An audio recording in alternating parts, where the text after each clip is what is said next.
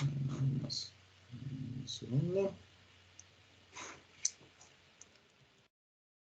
Ok, me confirman nada más si pueden ver mi pantalla.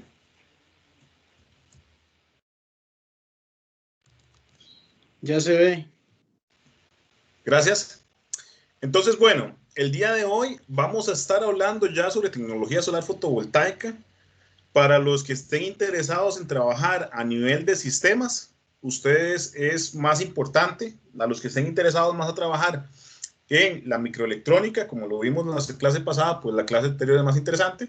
Hoy vamos a hablar un poco más de cosas útiles sobre los paneles solares y de qué forma se van desarrollando, cómo los debería entender la parte de la selección, que esta clase introductoria ya directamente sobre el módulo fotovoltaico nos va a servir como introducción para lo que es la siguiente clase, donde yo les voy a mostrar diferentes tipos de tecnología. ¿Ok? Como siempre, entonces, esta es la agenda del día de hoy. Vamos a hablar de la caracterización eléctrica de las celdas solares. Primero, cuáles son esos parámetros de medición que yo debo tener. Lo segundo es la conformación de paneles solares, cómo realmente yo genero paneles solares.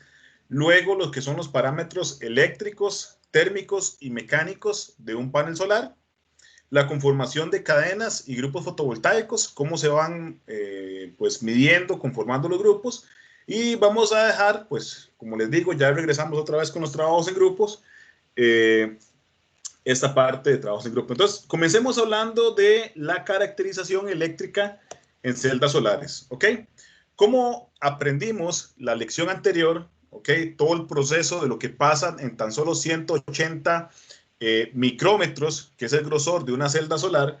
Cuando yo la ilumino, comienzan a pasar una serie de fenómenos físicos y cuánticos que me permiten la generación de electricidad, ¿ok?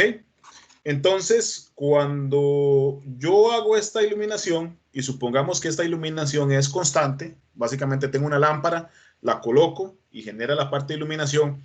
Y lo otro que es importante es la temperatura, porque recordemos de la clase de física de semiconductores, cómo la temperatura básicamente juega un rol importante en la eficiencia del semiconductor. Básicamente, y recapitulando, cuando yo aplico temperatura en mi sistema, genero que mi malla o mi red del semiconductor vibre más, generando mayor probabilidad de colisiones a nivel de las partículas que forman parte del proceso de generación y con ello, pues, la menor posibilidad de colectar electrones. ¿Ok? Entonces, si yo tengo una temperatura constante y una irradiación constante, tengo también la capacidad de evaluar condiciones constantes. Lo primero que debemos saber es que una celda solar es un dispositivo electrotécnico, al igual de como lo es una resistencia, como lo es un capacitor, como lo es un inductor, como lo es un diodo, como lo es un transistor, y eso implica que tiene una curva característica. Si recordamos la clase de la semana anterior, la celda solar tiene la misma curva característica de la que presenta un diodo. La diferencia es que en la representación electrotécnica, a nivel de los cuadrantes, donde yo separo los diferentes tipos de elementos, la celda solar es un generador.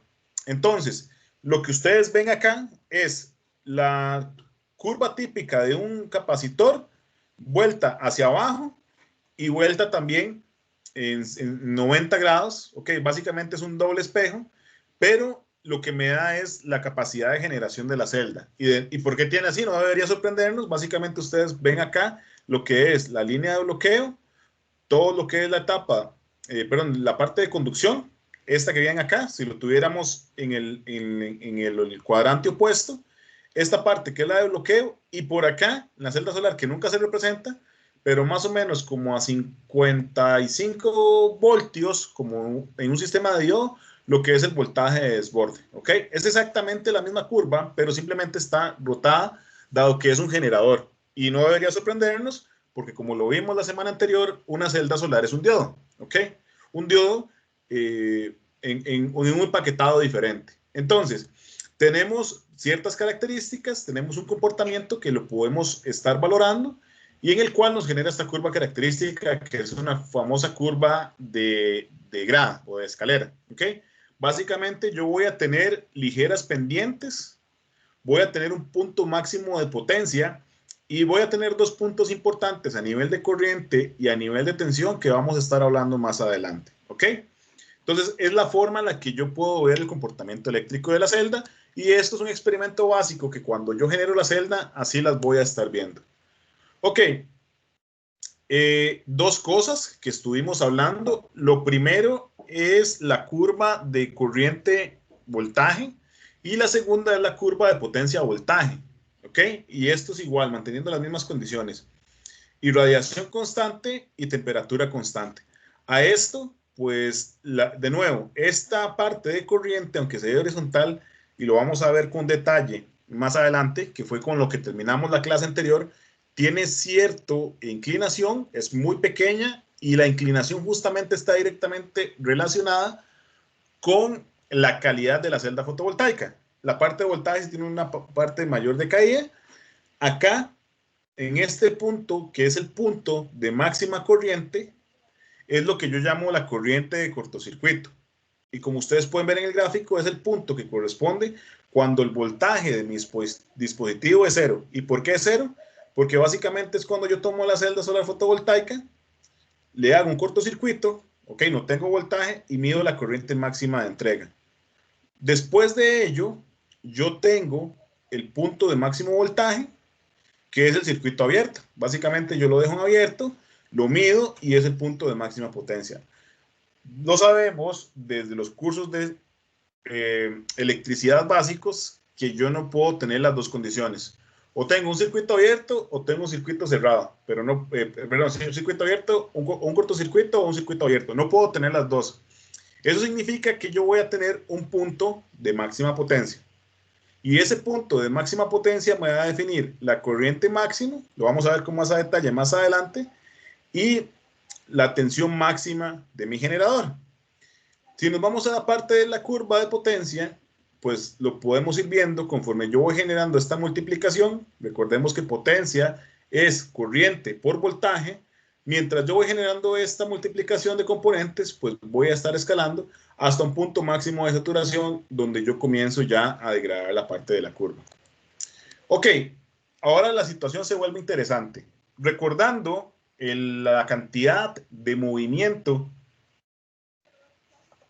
de los portadores de carga minoritarios en la celda fotovoltaica, ahora tengo el caso donde la irradiación es variable y la temperatura es constante. Esto es importante porque, desde luego, son casos ideales, y estos casos ideales no se acercan tanto a la realidad que tenemos actualmente o lo que realmente sucede en un panel fotovoltaico. Sin embargo, me van a permitir poderlo describir. Entonces, si yo tengo una radiación de 1000 watts por metro cuadrado, voy a empezar a tener variaciones en la corriente del sistema. ¿Ok? Nótese esto. La corriente, como se vio de la ecuación del diodo, es directamente proporcional a la generación o la absorción de fotones que yo tengo sobre la celda.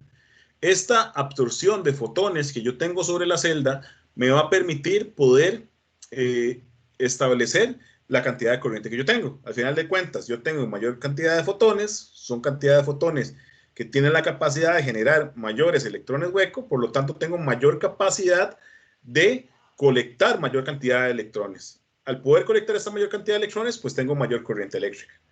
El voltaje no difiere, y esto va a ser sumamente importante cuando hablemos de los dispositivos de acondicionamiento de potencia, inversores o controladores, que en este caso, nótese que la disminución del sistema no necesariamente está traducido en un voltaje.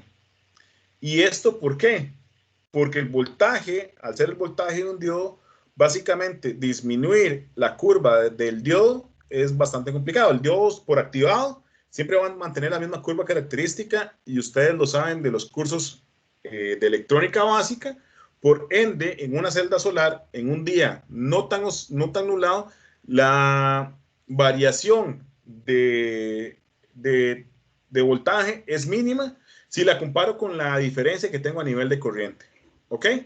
Entonces, eso está completamente, así funciona a nivel de la celda solar. Vámonos al caso opuesto. ¿Qué sucede si yo tengo mi irradiancia constante, pero una temperatura variable?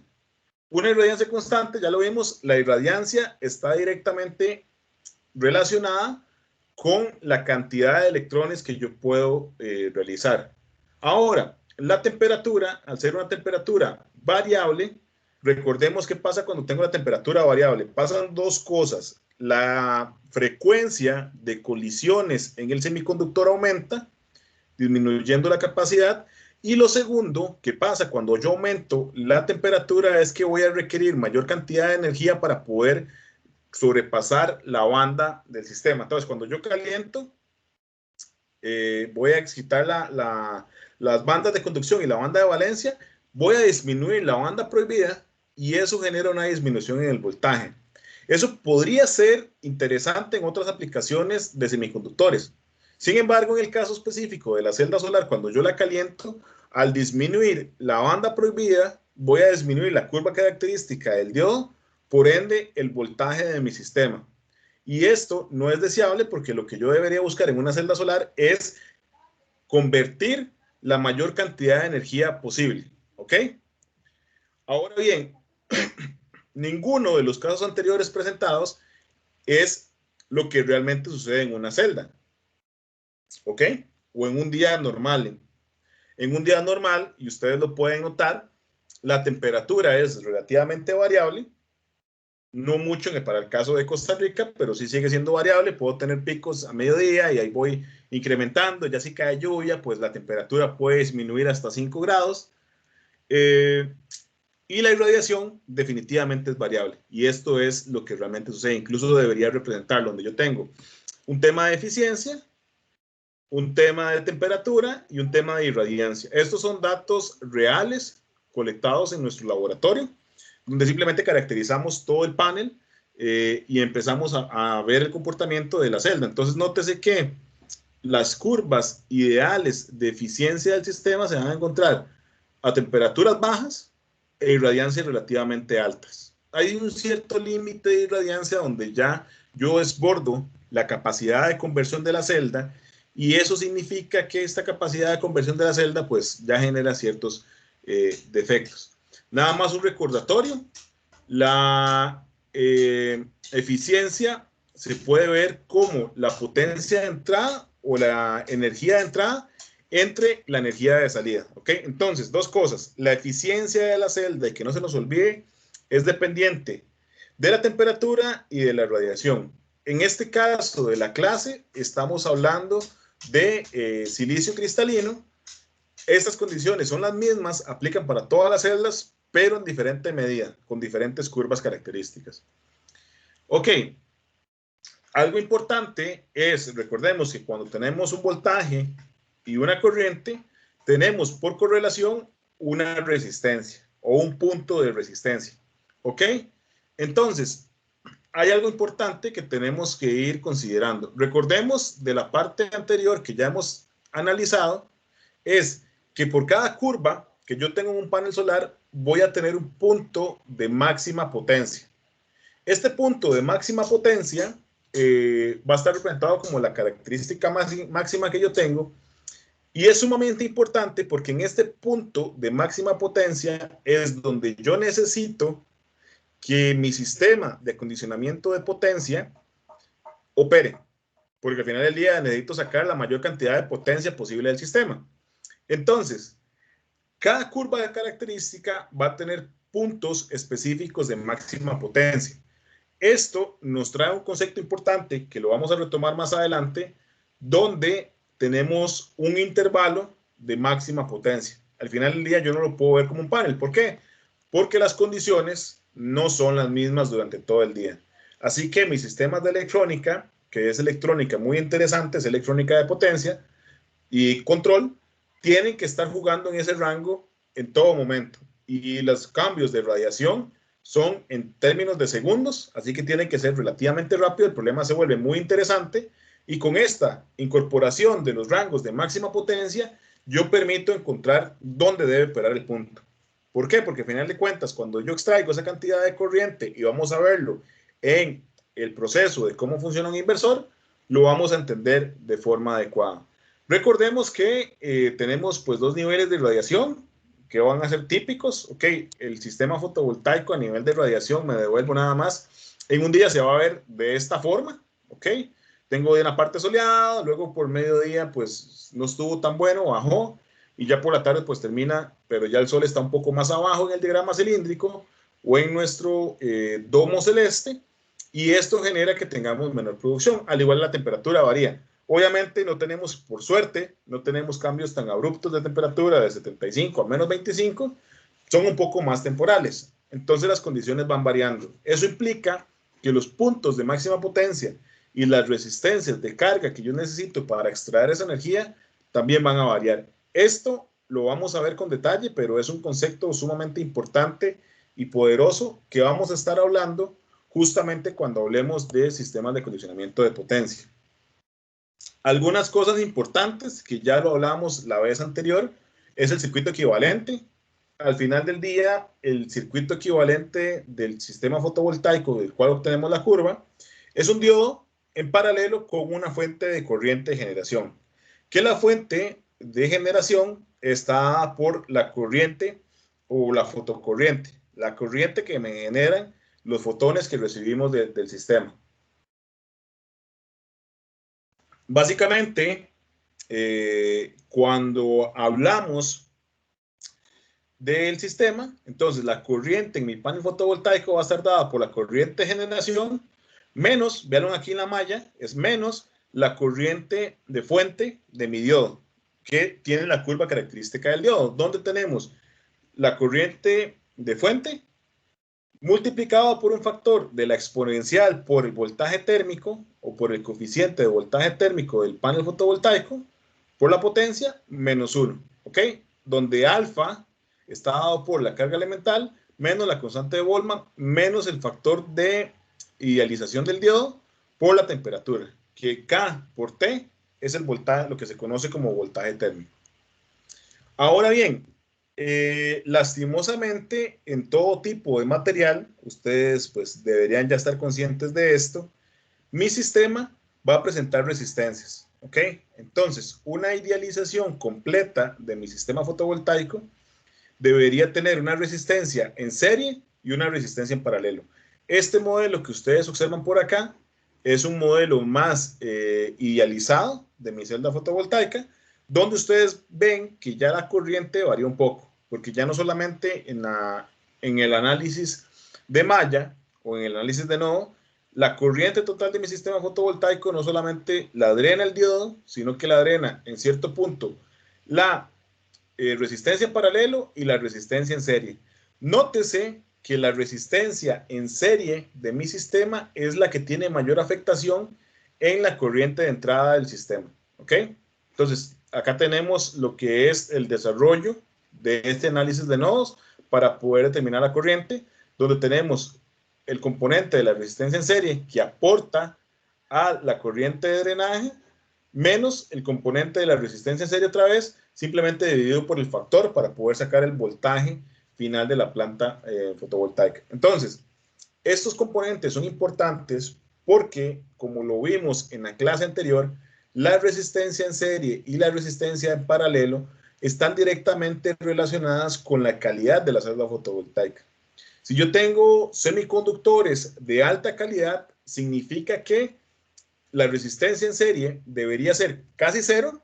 Nótelo acá, eso es una regla básica. La resistencia debería ser casi cero para no tener resistencia y no perder corriente por ahí. Y la resistencia en paralelo de mi celda fotovoltaica debería ser, tender a infinito para tener un circuito abierto, ¿ok? Y no tener pérdidas en esa línea.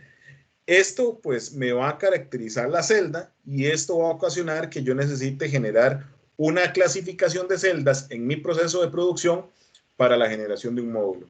¿Ok? Esto es un efecto directo de lo que les estaba hablando. Entonces, a mayor, a la mayor cantidad de la resistencia en serie de mi celda, la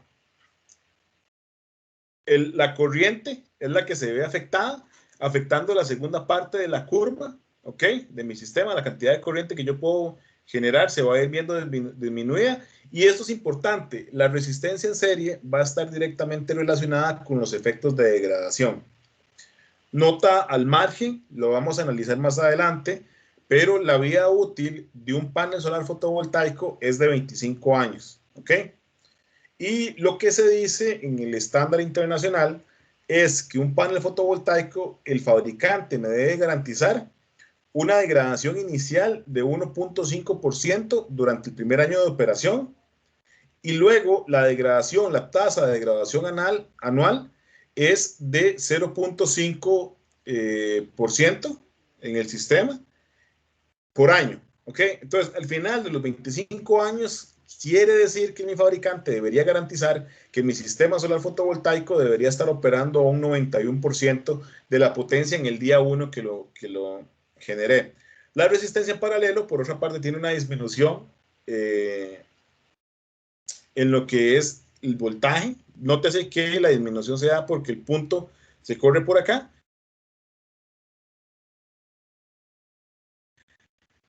Y empieza a generar, porque la forma o la medida de esta resistencia en paralelo y la resistencia en serie están directamente relacionados con la calidad que tiene la celda. Ahora bien, aprovecho que estábamos hablando sobre la calidad de la celda, porque la calidad de la celda es uno de los primeros factores a la hora de construir un módulo. Entonces, yo selecciono las celdas, esas celdas las coloco y al colocarlas empiezo a generar paneles solares. Entonces, ¿cómo se construye un panel solar? Básicamente, al ser un diodo, recordemos que el voltaje del diodo es de 0.6 voltios aproximadamente, y eso está directamente relacionado con el ancho de la banda prohibida, que es de 1,12 electron volts para el silicio cristalino, y básicamente un arreglo de celdas solares es un arreglo en serie de celdas. Este arreglo en serie de celdas lo que va a significar es que yo voy a ir sumando los voltajes de operación de mi sistema. Al ir sumando los voltajes de operación de mi sistema, yo voy a estar colectando los voltajes, y eso significa una cosa importante, porque vamos a terminar la clase del día de hoy con esto. Significa que todos los sistemas, al estar en serie, deberían operar a la misma corriente. ¿Ok?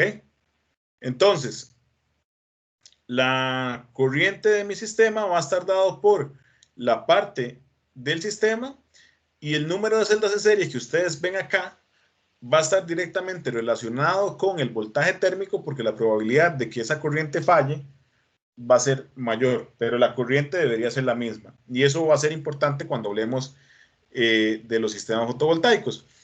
El voltaje simplemente es la sumatoria de cada una de las celdas. Entonces, cada una de las celdas va a tener un voltaje en específico, y dicho voltaje en específico pues va a permitir esta caracterización. Hablemos un poco de los parámetros eléctricos, térmicos y mecánicos de un sistema solar. Esto es importante porque nos vamos a sentar a analizar las hojas de datos de un panel solar. Una de las cosas que ustedes deberían hacer como diseñadores y diseñadoras de un sistema fotovoltaico es la selección del panel. Entonces, dicha selección del panel vamos a tener ciertas terminologías características.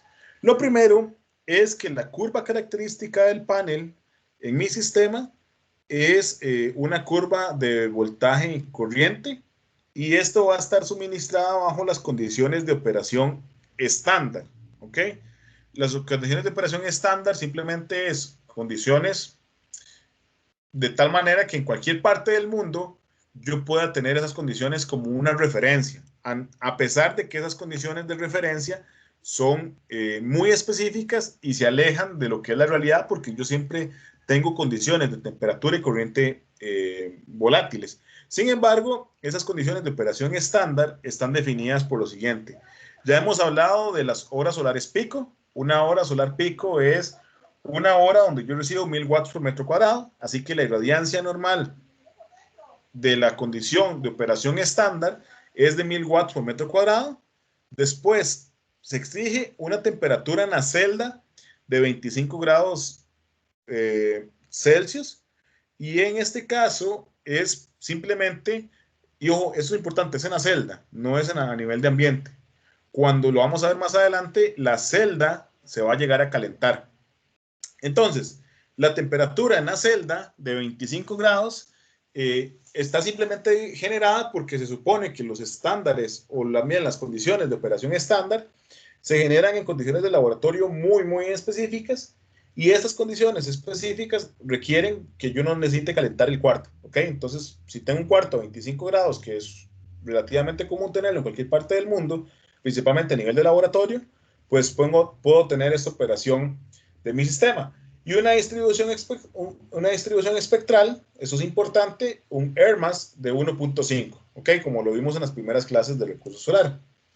Ahora bien, hablemos de los parámetros que yo obtengo en las condiciones de operación estándar. Lo primero que yo obtengo es la corriente de cortocircuito.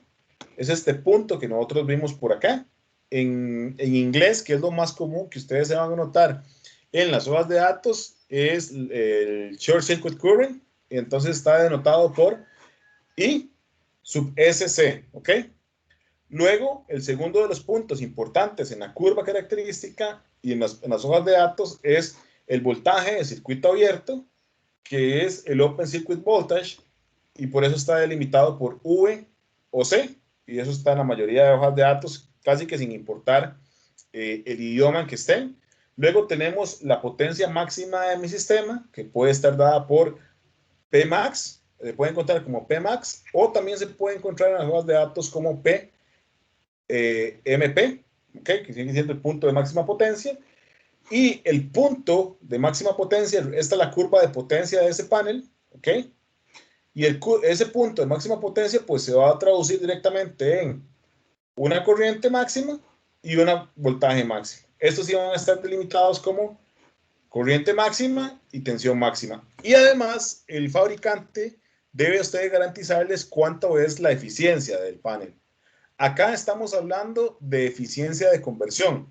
Si recordamos la última clase sobre el recurso solar, al final de la clase mostrábamos las curvas históricas de eficiencia. Por lo regular, hoy en día los sistemas o la eficiencia del panel anda alrededor del 20, 22% hasta 23%, que puede ser ya característico. Incluso vamos a ver tecnologías que ya van a nivel industrial generando diferencias. Entonces, cuando ustedes ven la hoja de datos del panel, pues los fabricantes a ustedes siempre les van a dar una curva para verlo de forma gráfica, pero también les van a dar una tabla, ¿ok? Entonces, las tablas obedecen a una familia de paneles, vamos a hablar pronto de ello, y esta fila de paneles va a tener las características que ya les mencioné, y son las primeras características que ustedes van a ver. La potencia máxima del panel, el voltaje máximo del panel, la corriente máxima del panel, el voltaje de cortocircuito, la corriente de cortocircuito y la eficiencia. Obviamente la potencia es lo primero que les va a dar, porque cuando yo solicito un panel solar, lo primero que le voy a decir al fabricante es, ok, necesito un panel de 300 watts, ok. El estándar hoy en día de instalación anda alrededor de los 350 vatios. Es más o menos los paneles que vaya a conseguir en las instalaciones que están haciendo hoy en día. Sin embargo, hace no mucho, estoy hablando de hace 6 años, el margen de instalación era de 250 vatios. Y también, hoy en día, que es parte de lo que vamos a ver en la siguiente clase sobre diferentes tecnologías, ya se consiguen paneles solares de 500 vatios, ¿ok? La segunda de las condiciones, sabemos que las condiciones de operación estándar, y me permito devolverme acá, tienen ciertas características no tan reales, ¿ok? Lo primero que sabemos es, y ustedes lo saben, que a cualquier cosa que lo irradie el sol, pues se va a calentar. Eso significa que la temperatura en la celda para 25 grados no va a ser 25 grados de forma constante. Para eso yo necesito evaluar la degradación en el módulo o la degradación por temperatura en el módulo. A eso es como lo que yo conozco, condiciones de operación normales del panel, ¿ok? O Normal Operating Cell Temperature, que básicamente es la temperatura. Yo irradio el panel de forma constante, igual a watts, perdón, a 800 watts por metro cuadrado, y a eso le estimo cuánto es la temperatura que yo puedo tener. De nuevo, cuando yo tengo esa temperatura, voy a notar que la potencia disminuye, la corriente disminuye y el voltaje disminuye relativamente. Así que es la forma de determinarlo. El NOG, ¿ok? Como se le conoce por las siglas, es una de las primeras medidas para determinar la calidad del panel. Un panel que ofrezca una temperatura o una temperatura nominal de celda menor va a estar directamente relacionada con una mejor técnica de fabricación del panel solar fotovoltaico. Así que cuando ustedes tengan que escoger entre múltiples celdas, entre múltiples paneles, porque son muchos y se vuelve uno tal vez un poco loco, porque al final de días tienen también información, son de los parámetros que uno debería buscar como una fuente de elección. Desde luego el precio también, y las diferencias no son tan altas, ¿ok? Eso es importante. Ahora, ojo las hojas de datos. La hoja de datos presenta para una misma serie de paneles diferentes potencias. ¿Por qué? Como les digo, una hoja de datos va a obedecer una familia y recordemos de la clase de fabricación de paneles solares que dicha familia está directamente relacionada con la forma en que se extraen de una olea. El dopaje es un proceso meramente estocástico y este dopaje meramente estocástico hace que se generen celdas de mejor calidad y celdas de menor calidad. El fabricante no quiere perder ninguna clase de celda y esto lo que hace es que las va reagrupando para generar paneles de menor calidad o mayor calidad. No solamente la celda es una de las incertidumbres, como ustedes lo saben, como ya casi ingenieros e ingenieras, cualquier cosa que yo meta en un proceso va a generar incertidumbres, ¿ok? Entonces, esas incertidumbres en el proceso de fabricación, debido al material semiconductor o a la interacción de los elementos, van a generar que la degradación o la incertidumbre baje, ¿ok? Entonces, de acuerdo a los modelos que se tienen y a los procesos utilizados, los fabricantes utilizan un modelado estadístico para determinar las familias y simplemente esto lo basen como a nivel de la producción o el margen de manufactura de la planta. Entonces, ellos van estimando por sistemas, de acuerdo a los proveedores, a las pruebas que a nivel interno se realizan en manufactura y sobre eso van generando potencias donde está la potencia probable de dicho panel. ¿Ok?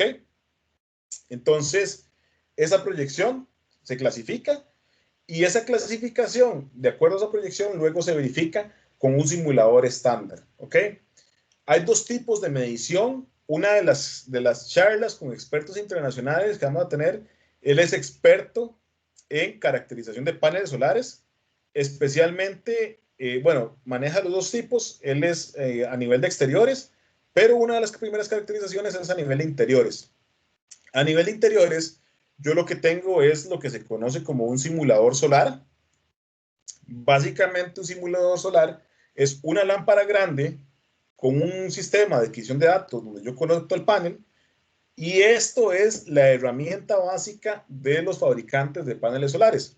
En este caso, es el multímetro básico que tienen los fabricantes porque con ellos hacen la caracterización. Básicamente es un sistema con un sistema de adquisición de datos que tiene una resistencia variable que permite hacer el mapeo de toda la curva característica y eso lo hace a muy alta velocidad porque simplemente se hace un flasheo. Se tira un flash como el de una fotografía y ese componente de luz del flasheo tiene las condiciones de operación estándar, donde tenemos 1000 watts por metro cuadrado y tenemos una respuesta al espectro de 1.5, de una masa de aire de 1.5. Esto me permite generar sin ningún problema la generación pues, de mi sistema y caracterizarlo. Por eso es que la temperatura estándar es tan baja, ¿ok? Porque simplemente es un momento dado. Si yo calentara el panel o lo expongo a mayor tiempo, el tiempo nominal del flasheo ronda los 0.35 segundos, apenas es percibible a la luz del ojo humano y dependiendo ya si son personas mayores, posiblemente ni siquiera puedan percibir el flasheo que se realiza en los paneles. Entonces, esta clasificación, ¿ok? Se va a realizar cuando yo lo someto a pruebas y lo voy a someter a la potencia menor, ¿ok? Desde luego, los paneles más altos, posiblemente el fabricante los vaya a tener un costo ligeramente mayor porque son paneles de mayor calidad.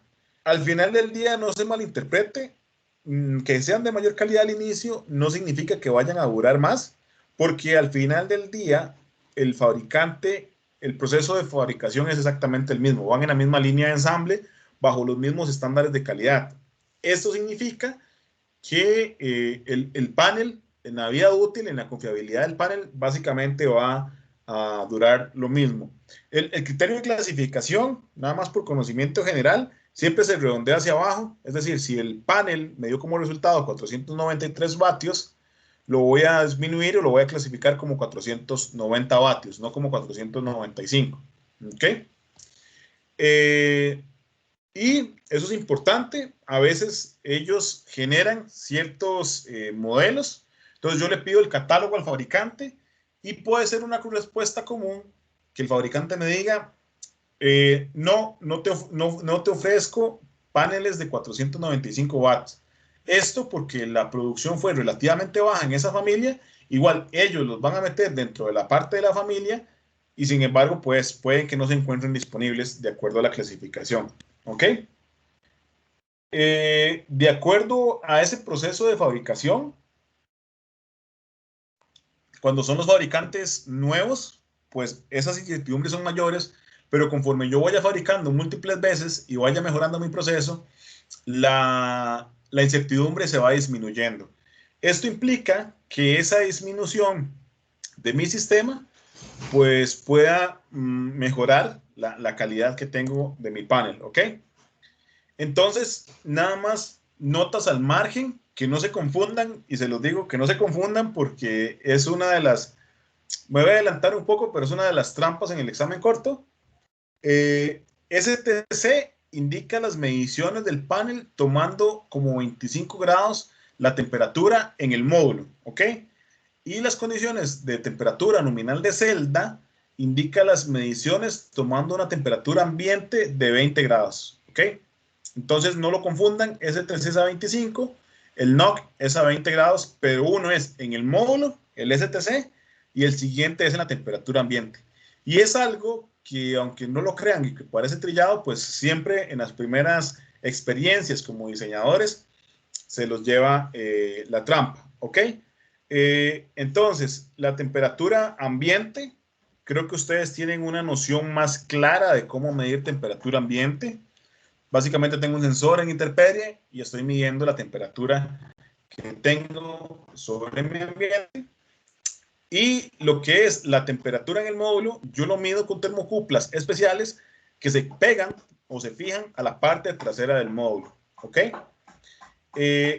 Esto, como ustedes pueden esperar y como ustedes ya pueden intuir, cuando yo irradio con energía solar cualquier objeto, por temas de radiación y conducción, el material se va a calentar. Y es lo mismo que pasa con el sistema fotovoltaico. Entonces, la temperatura de la celda es igual a la temperatura, no es igual, perdón, a la temperatura ambiente. Y ustedes lo pueden ver por acá.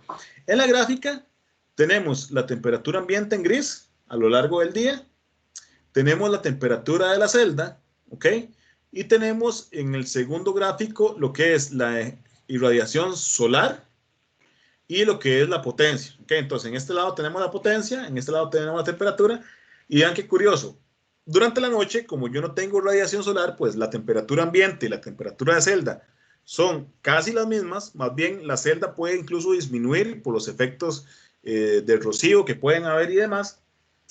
Pero conforme el día vaya iniciando, la temperatura de celda va aumentando, ¿ok?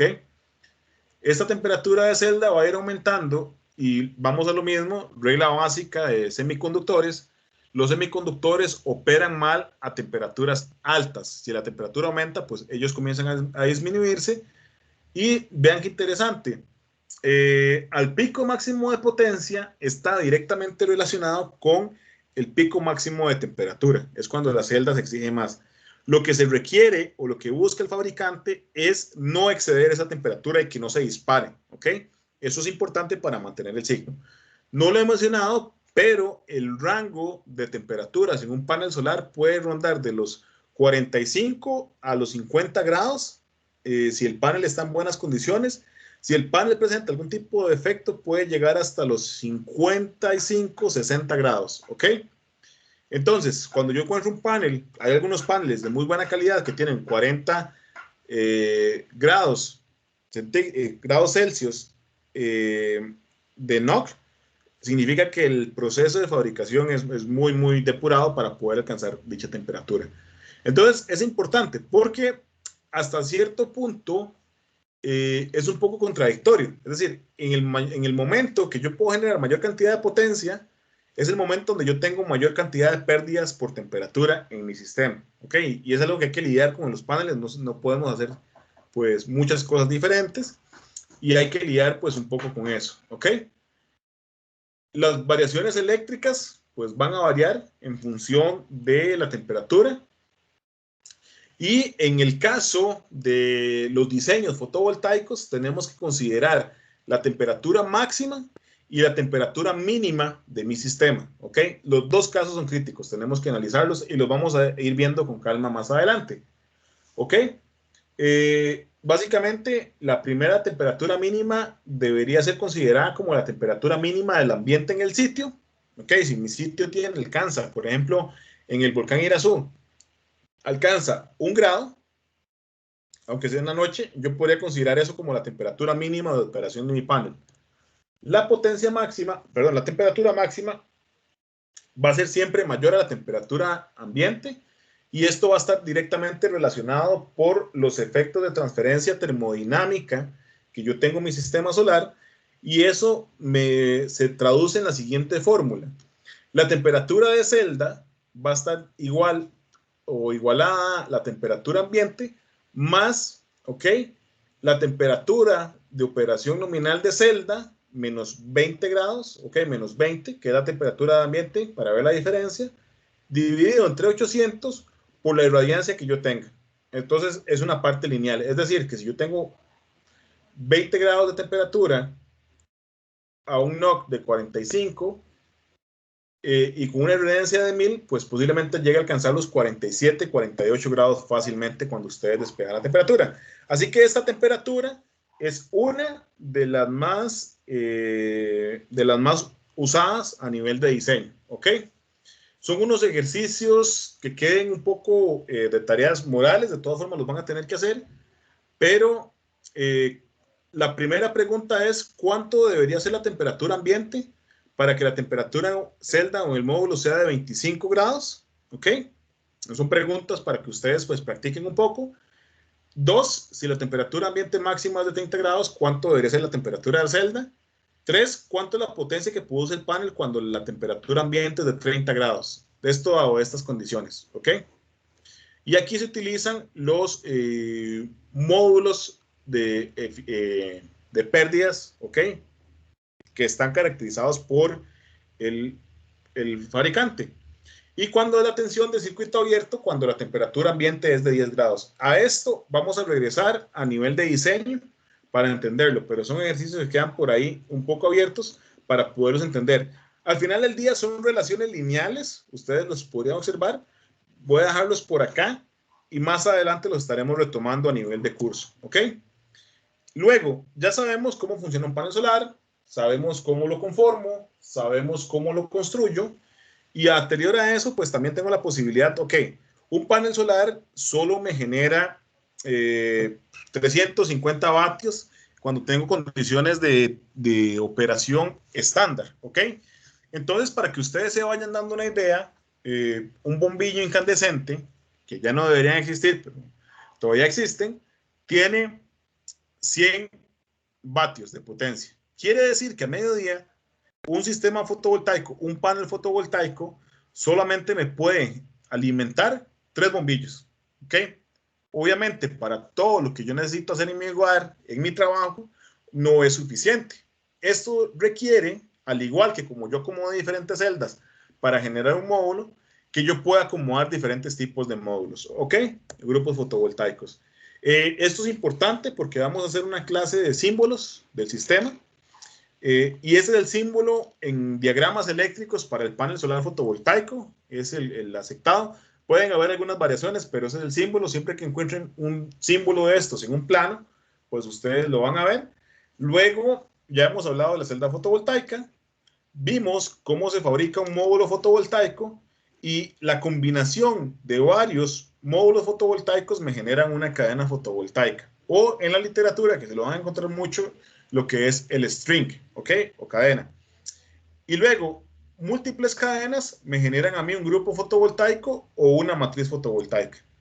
Entonces, cuando todos los paneles son idénticos, van a tener la misma irradiancia y la misma temperatura. Básicamente, cuando tenemos paneles en serie, ustedes ya lo conocen de los cursos básicos de electricidad, elementos en serie voy a tener el voltaje de mi sistema va a ser n veces el voltaje del panel. ¿Ok? Entonces, si mi panel tiene 40 voltios, que puede ser un voltaje normal para un sistema fotovoltaico normal, y tengo 10 paneles conectados en serie, significa que el voltaje de la cadena es de 400 voltios. Si tuviera 20, el voltaje de la cadena es de 800 voltios, ¿ok? Esto es importante porque también por las condiciones físicas y por los conductores sabemos que hay limitaciones de cuánto los puedo garantizar. Convencionalmente y ya en el pasado ya se estaba migrando hacia otro. Inicialmente los sistemas fotovoltaicos eran de 750 voltios máximo. Eso me delimita la cantidad de paneles que yo puedo conectar en serie. Hoy en día el estándar comercial está en 1000 voltios. Es decir, yo puedo conectar hasta 1000 voltios. Si ya conecto más de 1000 voltios voy a tener problemas con mis componentes eléctricos, díganse en cables, díganse en protecciones, ¿ok? Sin embargo, ya las nuevas tendencias de los sistemas fotovoltaicos andan en 1500 voltios, ¿ok? Entonces, eso es como el estándar a lo que nos vamos aproximando. Y eso quiere decir que en 1500 voltios yo puedo conectar casi que 35 paneles en serie, 40 paneles en serie, dependiendo el voltaje que yo tenga. Una acotación importante es que para todos ellos va a fluir la misma cantidad de corriente, ¿ok? Y eso es importante. La corriente nominal de un panel puede andar los 9 amperios, va a andar entre 8 y 11 amperios aproximadamente.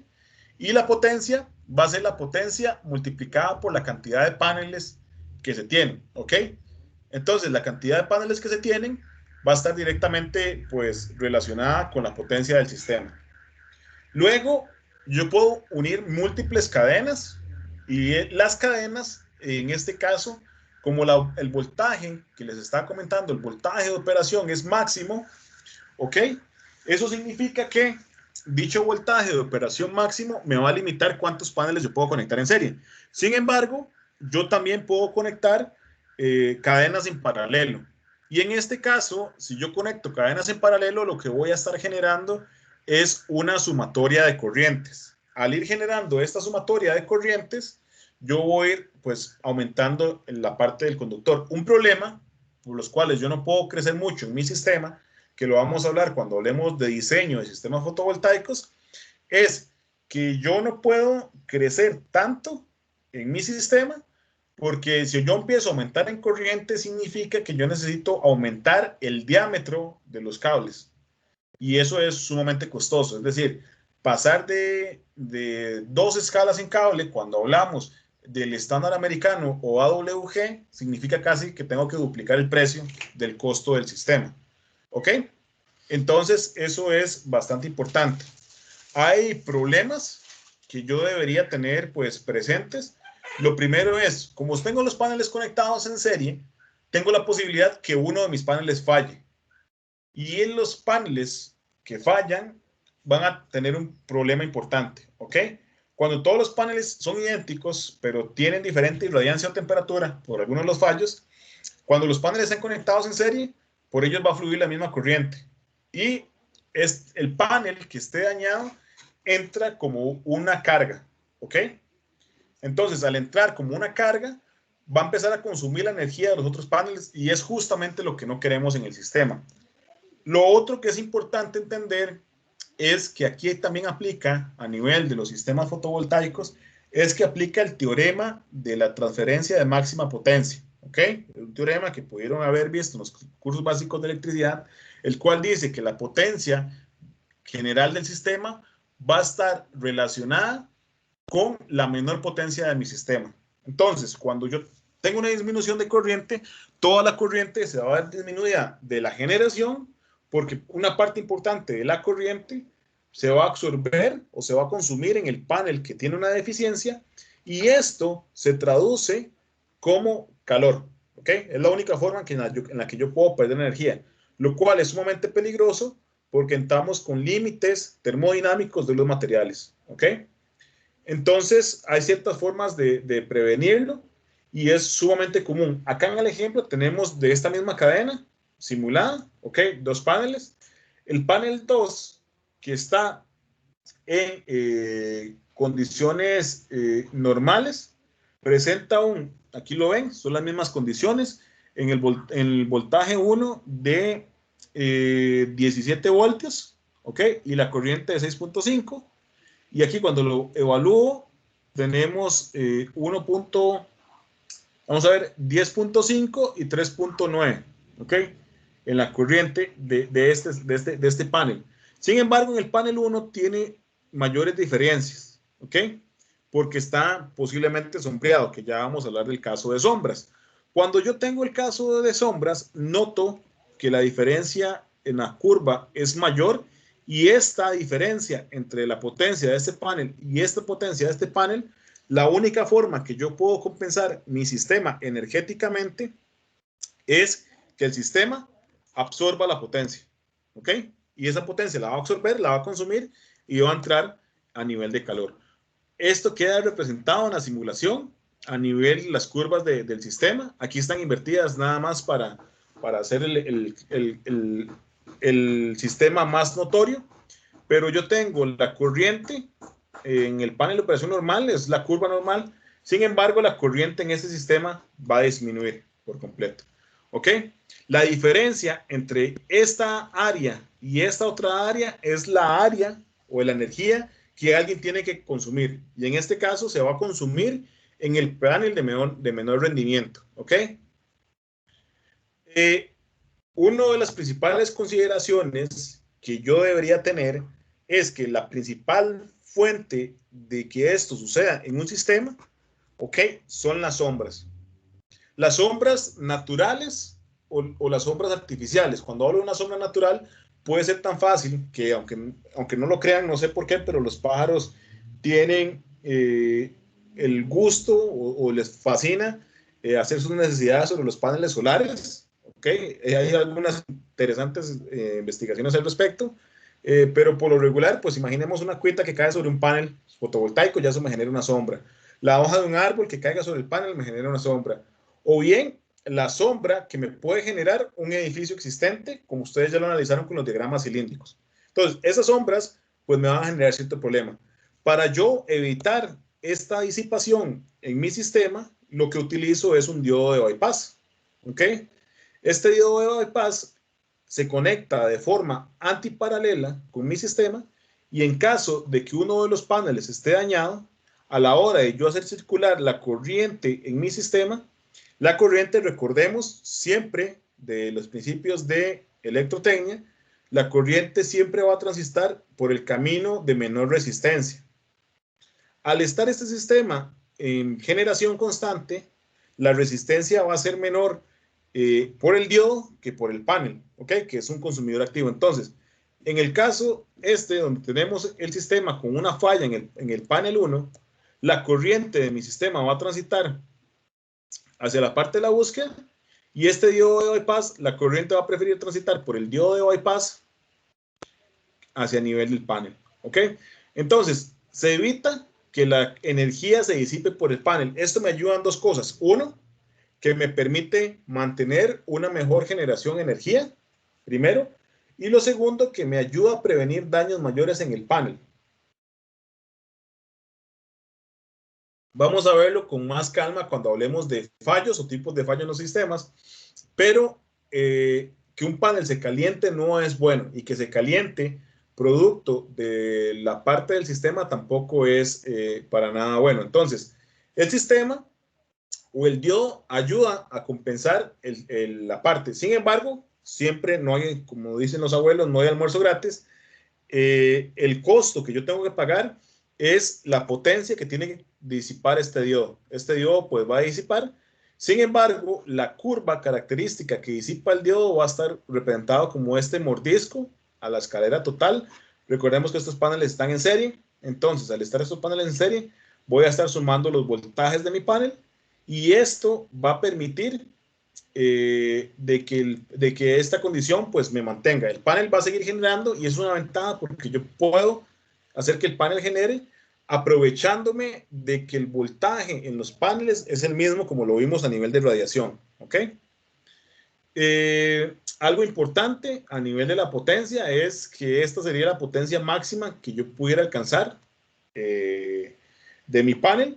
Sin embargo, es la misma curva traducida a nivel del diodo de bypass a nivel del sistema. ¿Ok? Entonces, vamos a hablar del trabajo en grupo. Básicamente, para los trabajos en grupos, ustedes deberán encontrar y tabular la temperatura de ambiente mínima y máxima de cada mes. Deberán determinar cuál es la temperatura máxima y mínima de la celda o módulo fotovoltaico, determinar cuánto sería la tensión de cortocircuito abierto para las temperaturas máximas y mínimas en la celda. Esto es una tarea adelantada, lo voy a explicar con detalle la próxima semana que hablemos sobre los coeficientes de pérdida y por qué se dan, y determinar cuánto sería la potencia máxima y mínima para las temperaturas de celda en el módulo determinados. Como una sugerencia, ustedes pueden proponerme cualquier módulo fotovoltaico que gusten. Yo les sugiero el Trina Solar de 495. Voy a guindar en los documentos del curso la respectiva hoja de datos. Pero sin embargo, si quisieran trabajar con cualquier otro tipo de panel, lo podemos hacer. Entonces, basados en los datos de esta temperatura, me gustaría que intentaran que resuelvan este 3 y 4. Y es algo con lo que vamos a iniciar la clase de la siguiente semana, ¿ok? Esto es todo de mi parte por hoy. No sé si tienen alguna